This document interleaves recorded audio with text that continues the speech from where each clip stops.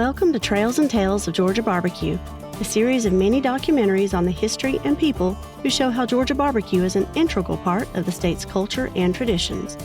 In this episode, we visit Vanna Country Barbecue, located in the unincorporated town of Vanna, just outside Royston in northeast Georgia.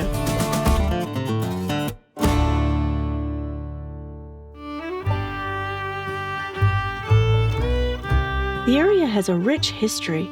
One prominent example is the story of Nancy Hart and her exploits during the Revolutionary War.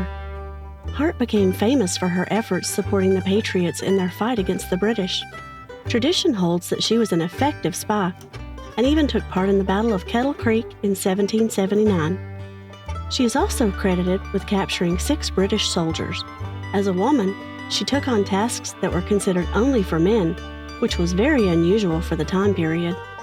Ever since, Nancy Hart has inspired generations of Georgia women who carried on this tradition for bucking patriarchal trends. Businesswoman and barbecue pitmaster Jenica Gilmore Maxwell of Vanna Country Barbecue is a prime example of this continued tradition.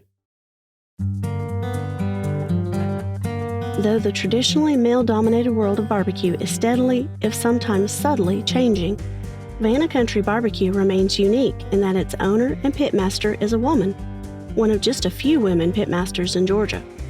Jenica Gilmore Maxwell grew up in Dewey Rose, just a few miles from the town of Vanna.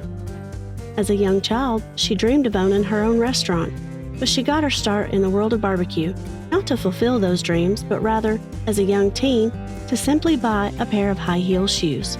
I wanted shoes. I wanted high heels. I had an obsession with high heels. And being one of 8 children, that was not something my parents could afford to spend a lot of money on as shoes. Like when you saw, and it's funny because when you saw me as a child, I never had shoes on. I was always barefoot. We grew up on a farm, always running around barefoot. But it got to a point where I was like, I want high heels. I want shoes.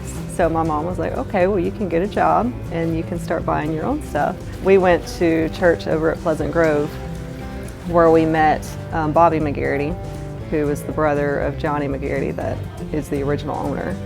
And he was like, well, let me talk to my brother, let me see if he'll let her work up there, being that she is underage.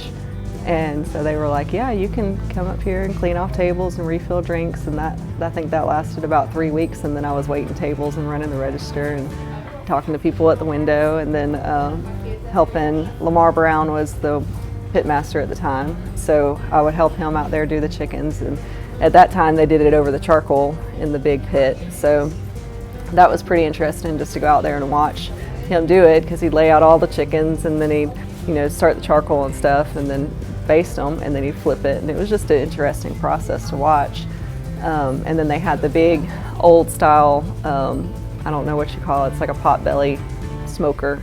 And that's how they cook their hams and their butts and their ribs. And it was just an interesting process to watch them do it. So I was all the time out there helping them, bringing stuff in, just anything I could do to get out there and be part of the cooking process. And at that time we only had coleslaw, Brunswick stew, and baked beans. And I think they had just added the baked beans when I started, because it was strictly pork, chicken, ribs, stew, and slaw. 2010, I had my first daughter. Probably, I think it was about 2012 where I really got to where I was doing pretty much everything, helping with cooking, helping run everything. And it got to a point where I was like, okay, I'm doing everything, so let me just go ahead and purchase it from you. It's my baby. I've been here for half my life. Let me go ahead and purchase it from you. So in 2016 in January was when I initially first purchased it.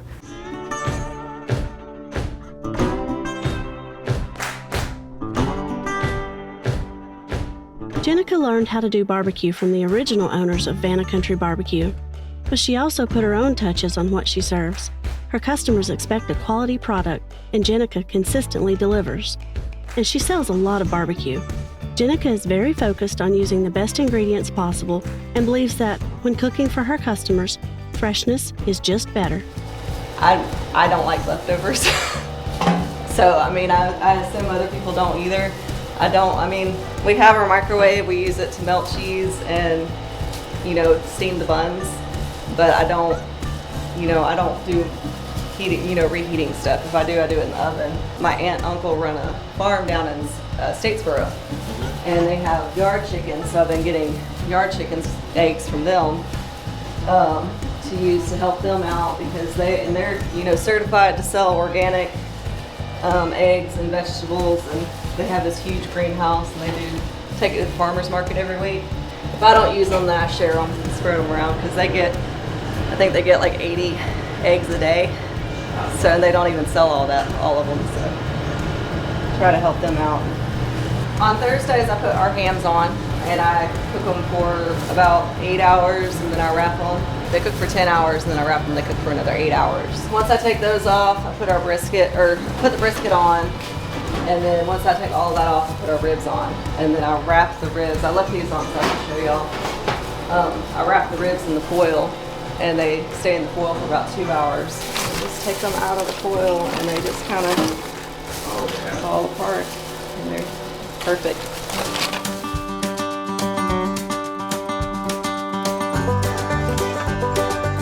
Every local barbecue place in Georgia reflects the preferences and traditions of the local community.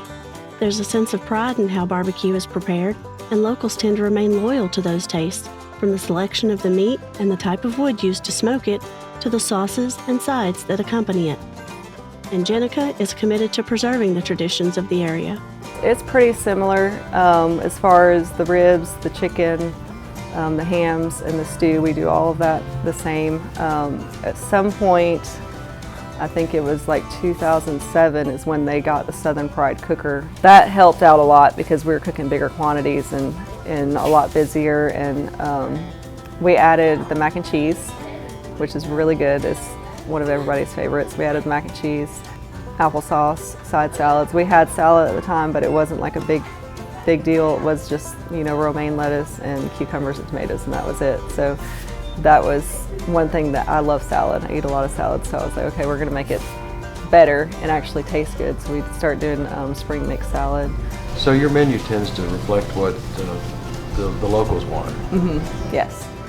We actually have two of our sandwiches. There's the Aubrey and the Matt. They're customers that come in here. So the Aubrey is basically a brisket club, but it's on a toasted bun, because they would come in here and they're like, hey, can you toast the bun for us? And they're like, yeah. And then they, be like, can you put lettuce, tomato, and bacon on it? And then the Matt is the same thing, but they're like, can you do it with rib meat? So we just, they're regular customers and they come in here all the time. Aubrey actually might come in here today. He usually is a regular every Friday at 1. And if he doesn't get here on Friday, I'm calling him on Saturday. Hey, are you okay? And with the growing interest in food tourism, many travelers seek out these special places that offer a taste of the region's past through a barbecue they serve with classic Southern hospitality. But yeah, we get a lot of people that'll come in and they say, we've been to every barbecue place in Georgia and South Carolina and North Carolina. They tell us that that's their favorite thing. They love barbecue. We get a lot of people from Augusta, a lot from Athens. There's a couple that comes once a month from Atlanta, a couple that comes once a month from Greenville, and there's some couples that come from Anderson every weekend. And if they don't come, they know they're not coming the next weekend, they'll take stew or ribs home with them. And they actually came in last week, and I think they said they were traveling to Maryland, and they got a whole bunch of ribs and stew and took it up there.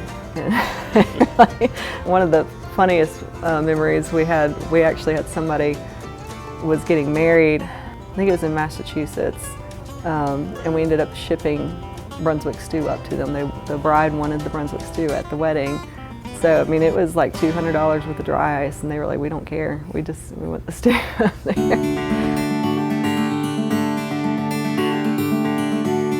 People sometimes develop preconceived notions about who is qualified for certain jobs and professions. Race or gender often serve as the defining factor of who is suitable and who is not. Two stereotypes have long defined perceptions of barbecue pitmasters in Georgia and throughout the South, and neither of them included women. In this view, pitmasters were men, whether white or black, and true Q could only come from the work of those male hands. Even in today's world of barbecue, many people still expect to see a man tending the pit at their local barbecue place, But as Jenica and the deliberately all-female staff at Vanna Country Barbecue attest, times have changed and such stereotypes have become less prevalent. But old perceptions and the barriers they create sometimes still linger as well.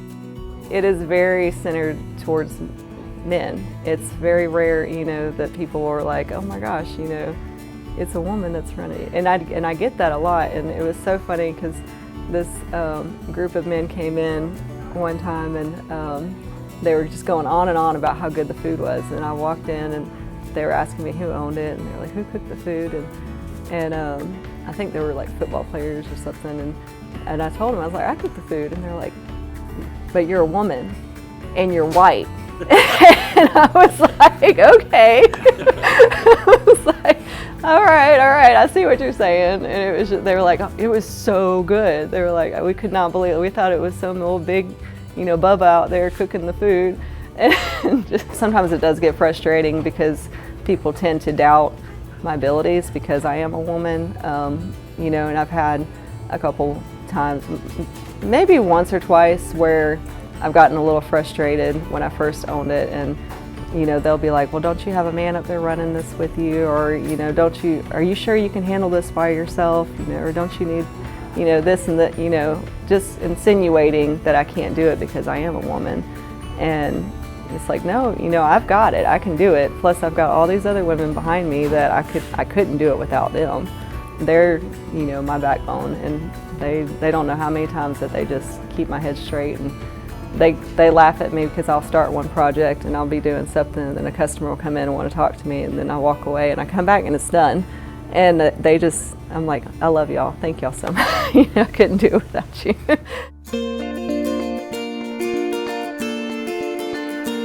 In the past few years, the COVID pandemic, as well as the recent supply chain problems, have created havoc throughout the food industry.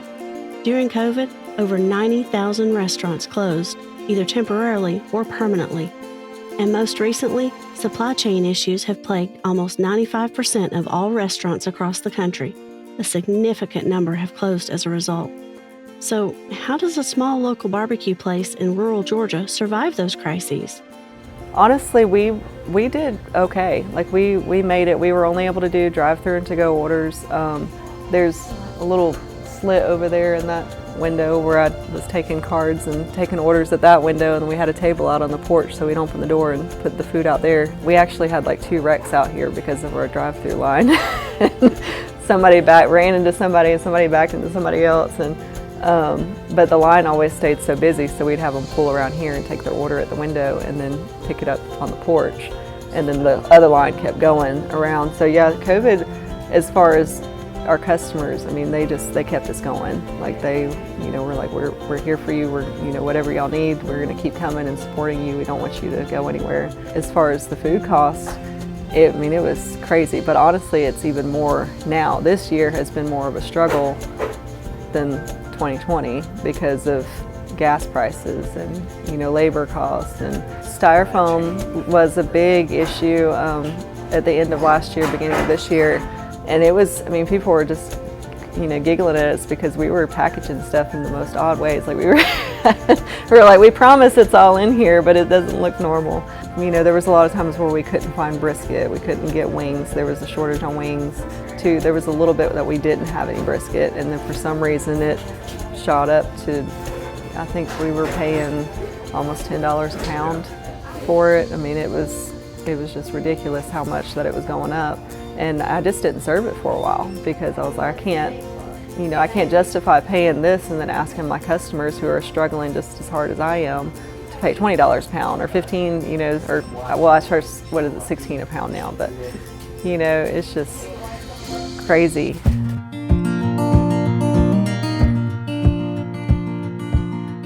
One of the things that's most interesting about barbecue is that it draws people together. In the South, a barbecue is as much about coming together as it is simply eating a great meal. Having fellowship with your family, friends, or neighbors is the why, and the food merely the how. There's even a family connection to other barbecue places and pitmasters in the area. All are connected in some way or another. Although they're competing for customers, it remains a healthy family competition. That sense of family is a major part of Vanna Country Barbecue's success. So the original owner, Mr. McGarity, he's related to the Osleys, who have Zeb's barbecue. Yeah, so our ribs are slightly similar to theirs, and then the stew is slightly similar to theirs because it's the same family. So the previous owner, Rusty, he was related to the Osleys and also the Harts, who own Bar H. So it was like a family trio of barbecue. You know, it's healthy competition between all of us. There's one time I had to order for like 80 butts, and I can only fit 40 on here. So Backstreet over in Hartwell, they lent me their cooker. So I ended up cooking 40 of them over there. And then one time my meat grinder broke, so they let me use their meat grinder. You know, just little things like that. We try to help each other out. We know it's small town, small, all these are small family-owned businesses, and we have to get through. This is how we have our income and our livelihood. So, and we all understand that. So. What are Jenica's plans for the future of Vanna Country Barbecue? Much of her vision for the continued success of her restaurant focuses on her two daughters, Rowan and Toby. While she thinks about opening up a second location or a food truck someday, Jenica is also thinking about her daughters. She wants them to learn how to be successful and independent women and uses the restaurant as a place where they can gain the knowledge and skills for operating their own business, maybe even Vanna Country Barbecue itself. Here's the one you need to sign. And do you want a copy of your receipt? Rowan made this today, so you'll have to ask her about that. Rowan's my 9-year-old, my daughter. She's the one that poked her head out here for a minute. I mean, they've been here their whole lives. So I was pregnant with both of them while I was working here, and half the time they spent in the stock room, and they're in their little playpen or in a box. That was their favorite thing. When they were toddlers, they would sit in a box and color, and you go back there and find these boxes, and they'd have all kinds of just drawings and stuff all over it. So for me, it's something for them to have. It's like I said, I've been here for 20 years. How much, you got to quit eventually, but for me, it's something that they can have. It's something, I tell them in 5 more years, or 6 more years, you get to have it and joke around with them. But, it gives them a start, and it gives them, something to base their beginning on. Whether they want to do it in a restaurant or not, they still have this, and it teaches them hard work, and it teaches them, where, stuff comes from, where your money comes from, and, a lot of times they'll help me pay the bills. We go through the books together. And I guess the best thing that I love to hear them say is, when somebody asks them what they want to do, Rowan, she'll say, well, I'm going to own my own business, or I don't know what was. Last week it was I'm going to be a doctor, but it's always I'm going to own my own business. I'm not going to work for anybody. I'm going to do my own thing. And the other one was doing that too, but currently she wants to be a singer. So, I've definitely had dreams of a second location, but I also find when you do that, it kind of messes with the first one a little bit, and then you don't really have 100% in one. A food truck is definitely something that I want to look into.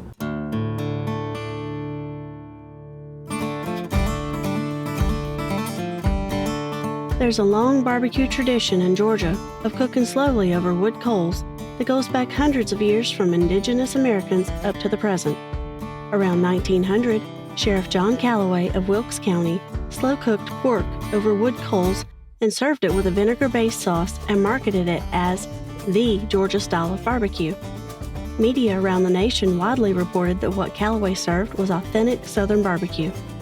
Georgia stood front and center in that national perception of a Southern barbecue tradition. Today, however, there are many different styles of barbecue served throughout the state. Immigration, modernization, and corresponding food trends have precluded a single Georgia style, but what remains constant is that Georgia barbecue represents community, family, and tradition no matter the style. Those things can be found at Vanna Country Barbecue.